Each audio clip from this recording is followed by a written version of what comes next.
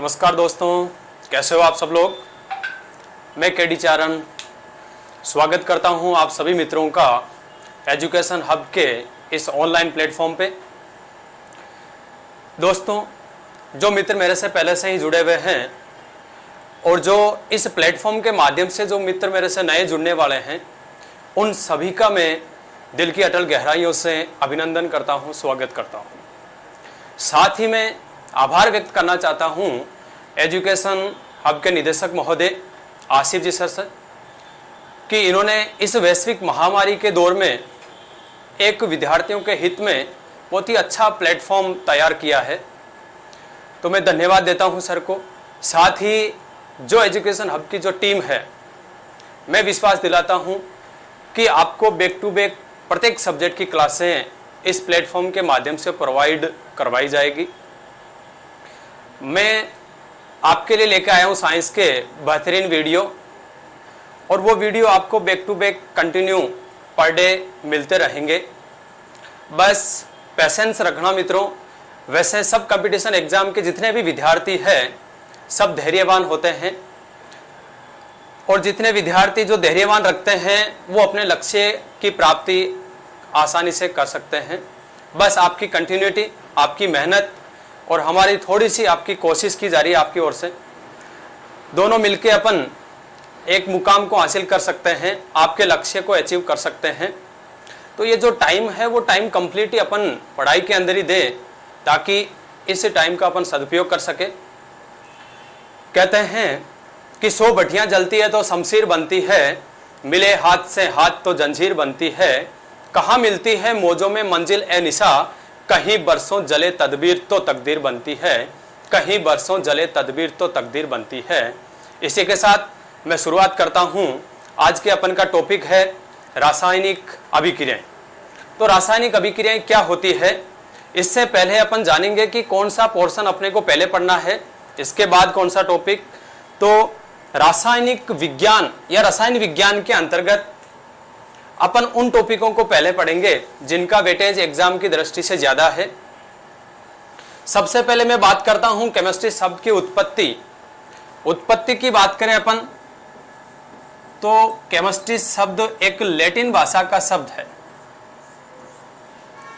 Latin भाषा के शब्द कीमिया के द्वारा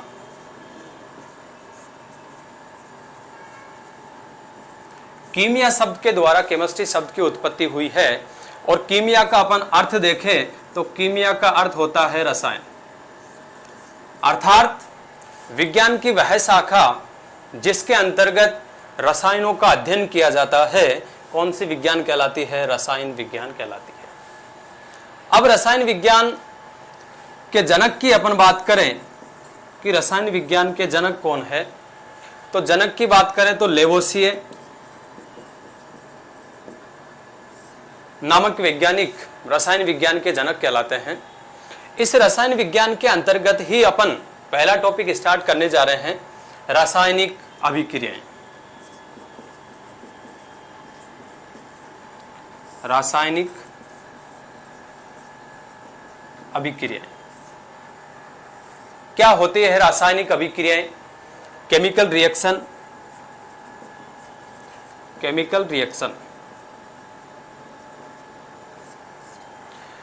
केमिकल रिएक्शन के अंतर्गत अपने को उन तथ्यों के बारे में जानना है कि कैसे पदार्थ आपस में मिलकर के किसी नए पदार्थ का निर्माण करते हैं, इसके अंतर्गत क्या तत्व होते हैं, कैसे यौगिक बनते हैं, क्या मिश्रण होता है, इन सब के बारे में अपन अध्ययन करेंगे।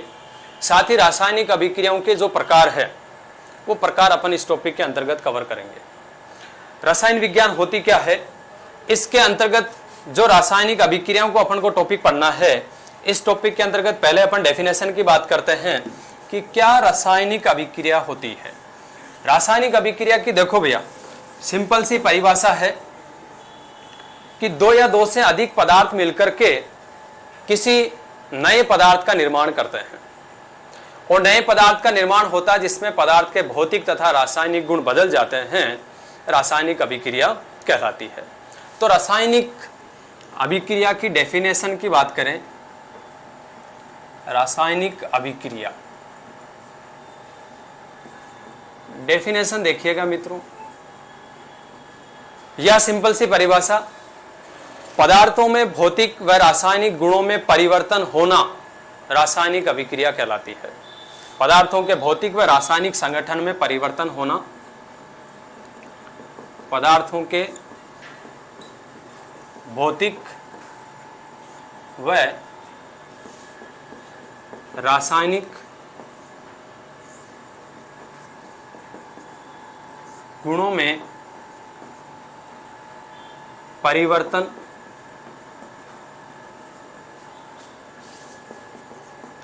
होना रासायनिक अभिक्रिया कहलाती है।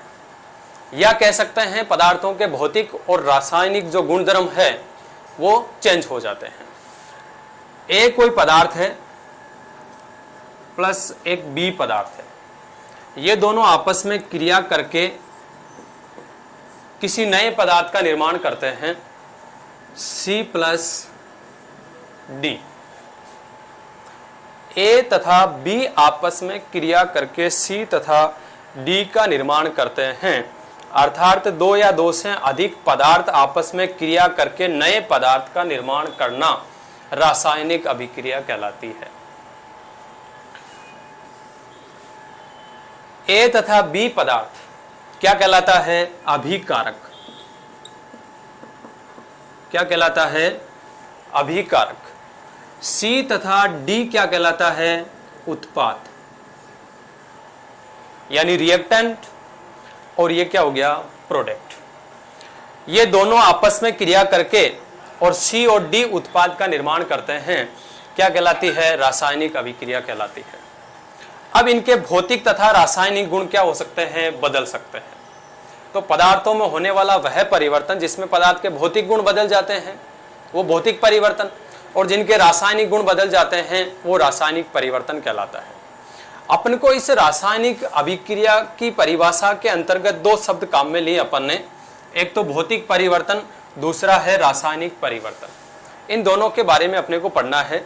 इसके एग्जाम्पल एग्जाम की दृष्टि से बहुत ही इंपॉर्टेंट है, क्योंकि प्रत्येक एग्जाम में इससे संबंधित क्वेश्चन पूछा जाता है कि ये कौन सा परिवर्तन होता है। बात करते हैं अपन भौतिक परिवर्तन की।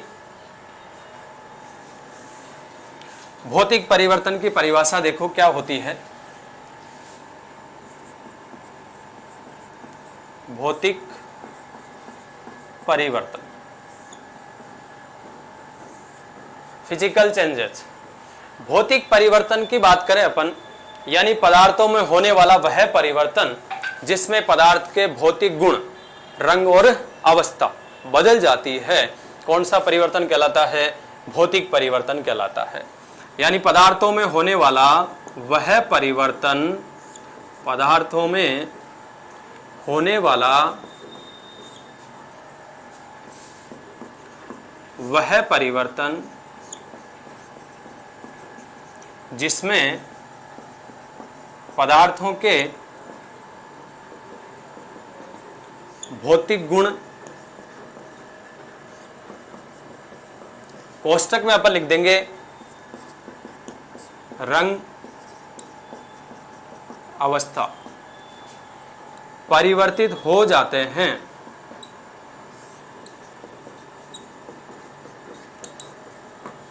कौन सा परिवर्तन कहलाता है? भौतिक परिवर्तन कहलाता है। एक सिंपल सा उदाहरण देखो मित्रों, अपन डेली लाइफ में देखते हैं वो उदाहरण, जैसे पानी है। पानी से क्या बन गया? बर्फ बन गया। पानी से किसका निर्माण हो गया? बर्फ का निर्माण हो गया। पानी किसका कार्य कर रहा है यहाँ पे? अभिकारक का। किसका कार्य कर रहा है? अभिकारक का। और बर्फ किसका कार्य कर रहा है? उत्पाद का। ये उत्पाद है और ये अभिकारक है। अभिकारक क्या बना रहा है? उत्पाद। किस रूप में बना रहा है? बर्फ के रूप में। अर्थात हमने इसमें क्या परिवर्तन कर दिया? यानी टेम्परेचर को क्या कर दिया? कम कर दिया। तापमान को क्या कर दिया? कम कर दिया, जिसकी वजह से पानी किस में बदल गया? बर्फ में बदल गया। ठीक बात है। जैसे ही अपन टेम्परेचर को बढ़ाएंगे तो बर्फ वापस किस में बदल जाएगा? पानी में बदल जाएगा। बर्फ वापस किस में बदल जाएगा? पानी में बदल जाएगा। अर्थात ये बर्फ किसका तरह कार्य करने लग जाएगा? एक अभिकारक की भांति। अभिकारक की भांति कार्य करेगा और उत्पाद क्या बना देगा, पानी उत्पाद बन जाएगा। कहने का मतलब यह है कि भौतिक परिवर्तन एक उत्कर्मणीय परिवर्तन होता है। भौतिक परिवर्तन एक उत्कर्मणीय परिवर्तन होता है। अपन बात करेंगे कि भौतिक परिवर्तन के कौन कौन से गुण होते हैं, क्या क्या इसकी प्रॉपर्टीज होती है, उसके अंतर्गत में सारे एग्जाम्पल अपन लिखेंगे। अब इस पानी से बर्फ बन गया और बर्फ की और अपन इस पानी को ज्यादा गर्म करेंगे, यदि इसका टेम्परेचर बढ़ा देंगे, ताप बढ़ जाएगा तो क्या बन जाएगी, वाष्प बन जाएगी। क्या बन जाएगी, वाष्प बन जाएगी। अर्थात पदार्थ का केवल भौतिक अवस्था में परिवर्तन हो रहा है, इसमें केमिकल गुणों में कोई चेंजेस नहीं हो रहा है। अर्थात कौन सा परिवर्तन कहलाता है, भौतिक परिवर्तन। बात करते हैं भौतिक परिवर्तन के गुण की, कि भौतिक परिवर्तन के गुण क्या क्या होंगे। पहला गुण अपन लिखेंगे कि भौतिक परिवर्तन एक उत्कर्मणीय परिवर्तन होता है। भौतिक परिवर्तन के गुण, प्रॉपर्टीज ऑफ फिजिकल चेंजेस। पहला गुण बात करते हैं, यह एक उत्कर्मणीय परिवर्तन है। यह एक उत्कर्मणीय परिवर्तन है।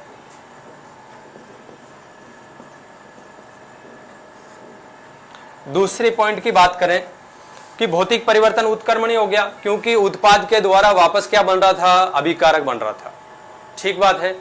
और वह परिवर्तन जिसमें अभिकारक से उत्पाद और उत्पाद से अभिकारक बनता है, कौन सा परिवर्तन कहलाता है, उत्कर्मणीय परिवर्तन कहलाता है। दूसरा, जो पानी के द्वारा अपन ने क्या बनाया था, बर्फ। ये बर्फ ऐसा तो नहीं कि स्थायी है, स्थायी नहीं है, क्योंकि बर्फ के द्वारा वापस क्या बन गया था, पानी बन गया था। कहने का मतलब है यह परिवर्तन एक अस्थायी परिवर्तन होता है। कैसा परिवर्तन होता है, अस्थायी परिवर्तन।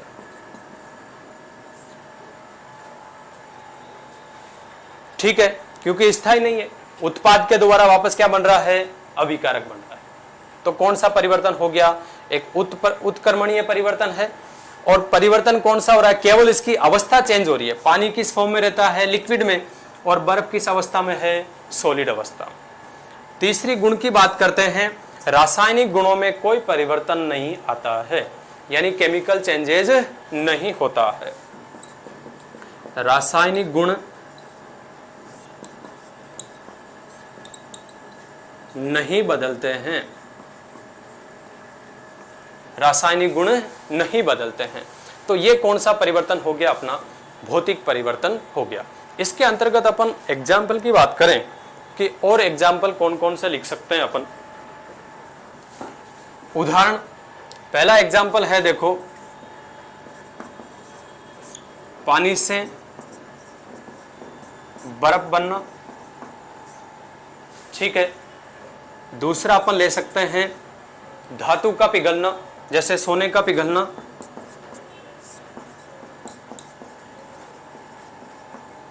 सोने का पिघलना, धातु है, धातु पिघल जाएगी, लिक्विड फॉर्म में आएगी, वापस उसको अपन टेम्परेचर लो करके वापस उसको क्या कर सकते हैं, सॉलिड अवस्था में बदल सकते हैं। कौन सा परिवर्तन हो गया, भौतिक परिवर्तन हो गया। पेड़ को काटना,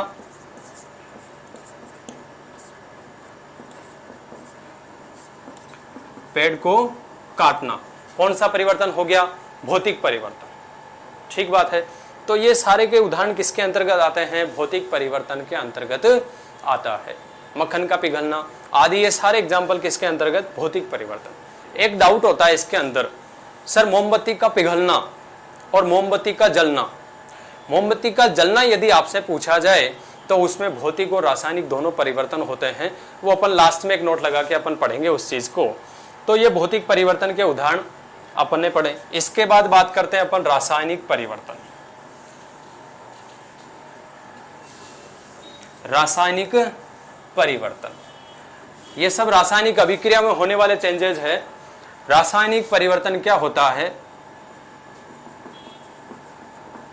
रासायनिक परिवर्तन यानी केमिकल चेंजेस, पदार्थों में होने वाला वह परिवर्तन जिसमें पदार्थ के भौतिक गुणों के साथ साथ रासायनिक गुण बदल जाते हैं यानी उसका टेस्ट चेंज हो जाता है, यानी केमिकल प्रॉपर्टीज कंप्लीट चेंज हो जाती है। कौन सा परिवर्तन कहलाता है? रासायनिक परिवर्तन कहलाता है। परिभाषा देखो मित्रों, याद करना, वह परिवर्तन जिसमें पदार्थ के या पदार्थों के रासायनिक गुण बदल जाते हैं, कौन सा परिवर्तन कहलाता है? रासायनिक परिवर्तन कहलाता है। देखो भाई, सिंपल सा एक उदाहरण लेते हैं अपन डेली लाइफ में देखते हैं, दूध से दही का बनना, दूध से दही का बनना कौन सा परिवर्तन होता है? तो अपन सीधी सी बात है, कौन सा परिवर्तन होता है? रासायनिक। क्योंकि दूध और दही दोनों का सिंपल सा टेस्ट है, वो क्या होता है? अलग। इसका मतलब केमिकल चेंजेज इसमें हुआ है। ये कौन सा परिवर्तन? रासायनिक। ठीक बात है।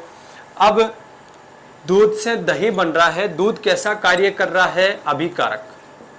किसकी तरह कार्य कर रहा है? अभिकारक की तरह कार्य कर रहा है, यानी रिएक्टेंट की तरह कार्य कर रहा है। बात करते हैं दही, ये क्या है? उत्पाद, यानी प्रोडक्ट। ये प्रोडक्ट अब वापस क्रिया करके ये वापस अभिकारक का निर्माण नहीं कर सकते हैं, इसके द्वारा अपन अभिकारक नहीं बना सकते हैं। अतः कह सकते हैं कि रासायनिक परिवर्तन कैसा होता है? अनुत्क्रमणीय परिवर्तन होता है।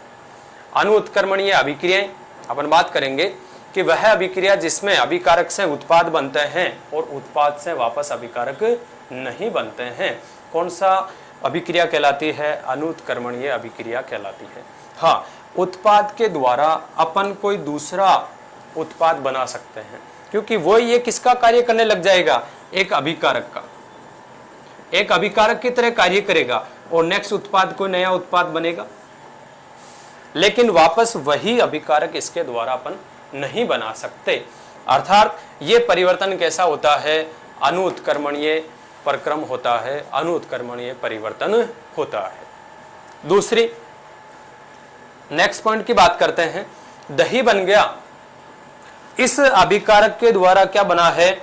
उत्पाद किस रूप में? दही के रूप में। ये एक कैसा परिवर्तन होता है? एक स्थायी परिवर्तन होता है। कैसा होता है? स्थायी परिवर्तन होता है।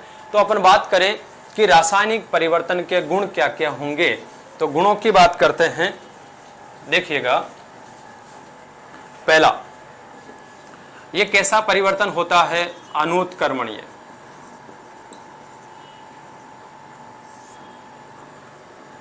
अनुत्क्रमणीय परिवर्तन होता है। अनुत्क्रमणीय परिवर्तन अर्थात उत्पाद के द्वारा वापस अभिकारक अपन नहीं बना सकते। दूसरा पॉइंट, दूध से अपन ने क्या बनाया था? दही बनाया था। ये दही कैसा उत्पाद है? एक स्थायी उत्पाद होता है। कैसा उत्पाद होता है? स्थायी। अपन यहां लिख देंगे स्थायी परिवर्तन। कैसा परिवर्तन होता है? स्थायी परिवर्तन होता है। तीसरा, इसमें भौतिक तथा रासायनिक गुण दोनों ही बदल जाते हैं।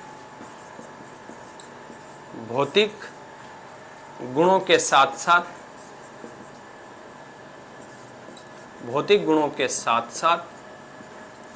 रासायनिक गुण बदल जाते हैं। भौतिक गुणों के साथ साथ रासायनिक गुण बदल जाते हैं। Is that clear? नेक्स्ट बात करते हैं इसके एग्जाम्पल। एग्जाम्पल बहुत इंपॉर्टेंट है। कई एग्जाम में सीधे सीधे एग्जाम भी पूछे जाते हैं कि पेड़ का काटना कौन सा परिवर्तन हो गया, तो कौन सा होता है? भौतिक परिवर्तन। ठीक है, सेव को काटना एक भौतिक परिवर्तन है, और सेव को काट करके रख देने के बाद उस पर एक पीले रंग की एक परत बन जाती है। तो वो परत किसकी वजह से बनता है? उसमें कौन सा परिवर्तन हो जाता है? केमिकल चेंजेस हो जाता है, जिसकी वजह से उस पर एक पीले रंग की परत बन जाती है। तो अपन एग्जाम्पल की बात करें, सीधा सा पहला एग्जाम्पल, तो दूध से क्या बनना? दही बनना। दूध से दही बनना। सेकंड, कोयले का जलना, कोयले का जलना। तीसरा, मोमबत्ती का जलना, या मोमबत्ती का जलना अपन एक नोट के रूप में लिखेंगे इसको, ये इंपॉर्टेंट है, कई एग्जाम में पूछा गया है, मोमबत्ती का जलना।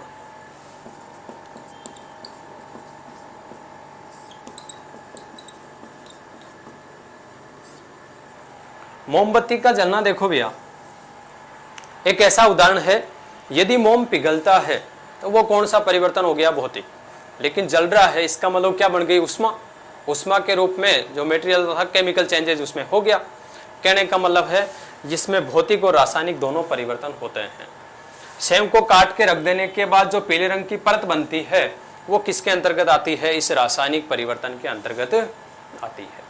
ठीक है मित्रों, नेक्स्ट बात करते हैं रासायनिक अभिक्रिया के प्रकार, टाइप्स ऑफ रिएक्शन। कौन कौन से प्रकार होते हैं रासायनिक अभिक्रियाओं के, या सिंपल से देखो, टाइप्स ऑफ रिएक्शन।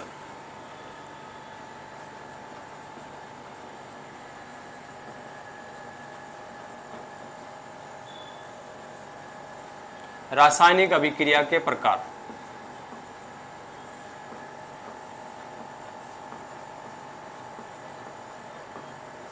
कौन कौन से प्रकार होते हैं रासायनिक अभिक्रिया के, अपन इसी टॉपिक के अंतर्गत बात करेंगे।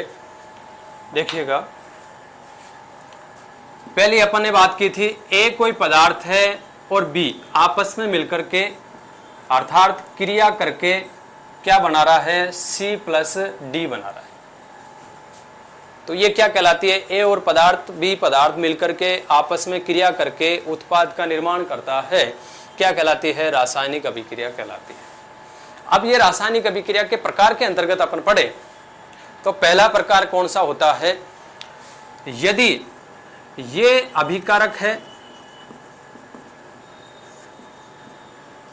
ये ऊष्मा या ऊर्जा को ग्रहण करके, ऊष्मा या ऊर्जा को ग्रहण करके क्या बनाता है, उत्पाद बनाता है। ठीक बात है, यदि ये ऊर्जा ग्रहण करके फिर क्या बना रहा है, उत्पाद बना रहा है, तो ये कौन सी अभिक्रिया कहलाएगी, ऊष्मा शोषी अभिक्रिया।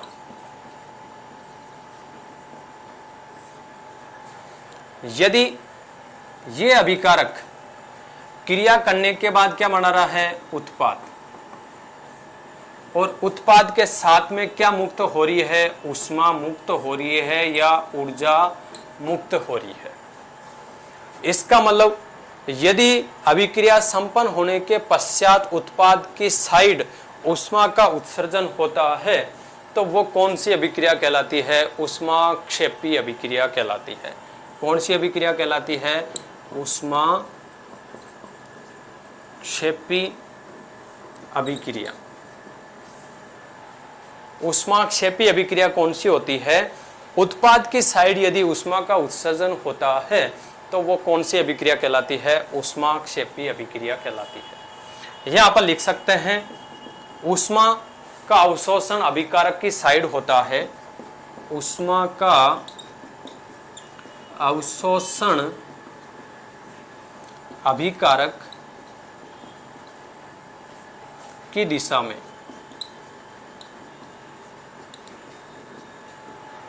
ऊष्माक्षेपी की अपन बात करें तो ऊष्मा का उत्सर्जन उत्पाद की दिशा में यदि हो तो वो कौन सी अभिक्रिया कहलाती है, ऊष्माक्षेपी अभिक्रिया कहलाती है। अपन इसके उदाहरण की भी बात करेंगे, कौन से उदाहरण है जो ऊष्मा शोषी अभिक्रिया के हैं और जो कौन से उदाहरण है जो ऊष्माक्षेपी अभिक्रिया के हैं। परिभाषा की बात करते हैं कि ऊष्मा शोषी क्या होती है और ऊष्माक्षेपी क्या होती है। इतना इसको समझ में आया कि उष्मा शोषी का तो मतलब है अभिक्रिया संपन्न होने के लिए क्या आवश्यक होती है, उष्मा की आवश्यकता होती है। किसकी आवश्यकता होती है, उष्मा की। यदि उष्मा देंगे तब अभिक्रिया संपन्न होगी। तो कौन सी अभिक्रिया कहलाती है, उष्मा शोषी अभिक्रिया। यदि अभिक्रिया संपन्न होने के पश्चात उत्पाद की तरफ उष्मा का उत्सर्जन होता है तो कौन सी अभिक्रिया कहलाती है, उष्माक्षेपी अभिक्रिया कहलाती है। अपन उदाहरण की बात करते हैं, इसके अंदर कौन कौन से उदाहरण अपन दे सकते हैं, देखिएगा। पहले अपन बात करते हैं उष्मा शोषी अभिक्रिया। कौन सी अभिक्रिया, उष्मा शोषी अभिक्रिया।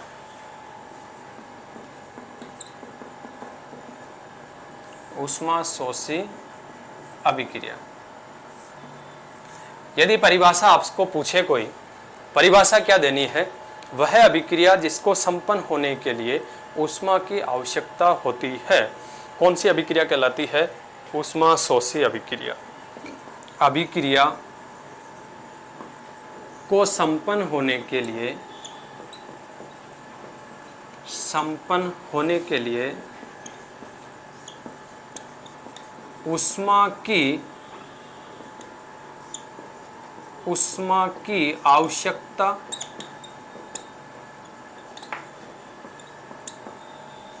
होती है, कौन सी अभिक्रिया कहलाती है, उष्मा शोषी अभिक्रिया। Is that clear. यदि उदाहरण की बात करें, नाइट्रोजन है प्लस हाइड्रोजन, उष्मा शोषी की बात करें, नाइट्रोजन प्लस O2 लिखो, सॉरी, ऑक्सीजन, ये आपस में क्रिया करके क्या बनाते हैं, NO का निर्माण करते हैं। तो 2NO अपन लिख सकते हैं। ये कौन सी अभिक्रिया होती है, उष्मा शोषी अभिक्रिया। इसमें अपने को क्या देनी पड़ती है, उष्मा देनी पड़ती है। सर आपने ये रिएक्शन लिख दी, N2 प्लस O2 क्या बना रहा है, 2NO। ये अभिक्रिया कैसे संपन्न हो सकती है, क्यों, क्योंकि एनवायरमेंट के अंदर नाइट्रोजन की प्रतिशत मात्रा देखें तो कितनी होती है, 78%, और ऑक्सीजन की प्रतिशत मात्रा देखें तो लगभग 21% क्या होती है, ऑक्सीजन। तो नाइट्रोजन ऑक्सीजन आपस में क्रिया करके NO बना रहा है, तो एनवायरमेंट में ऑक्सीजन की क्या हो जाएगी, कमी। लेकिन अभिक्रिया संपन्न कब होती है, जब अपन इसको क्या देते हैं, उष्मा, और ये उष्मा कितनी देनी पड़ती है, 3000 डिग्री सेंटीग्रेड ताप अपन इसको देंगे, तब जाके ये अभिक्रिया संपन्न होती है, अन्यथा नहीं होती है। तो ये अभिक्रिया कौन सी हो गई, उष्मा शोषी अभिक्रिया। नेक्स्ट बात करते हैं अपन उष्माक्षेपी अभिक्रिया। उष्माक्षेपी अभिक्रिया जस्ट इसका उल्टा है भैया। कैसे, देखिएगा, उष्माक्षेपी अभिक्रिया वह अभिक्रिया जिसके संपन्न होने के पश्चात उष्मा का क्या होता है, उत्सर्जन होता है। कौन सी अभिक्रिया कहलाती है, उष्माक्षेपी अभिक्रिया के संपन्न होने के पश्चात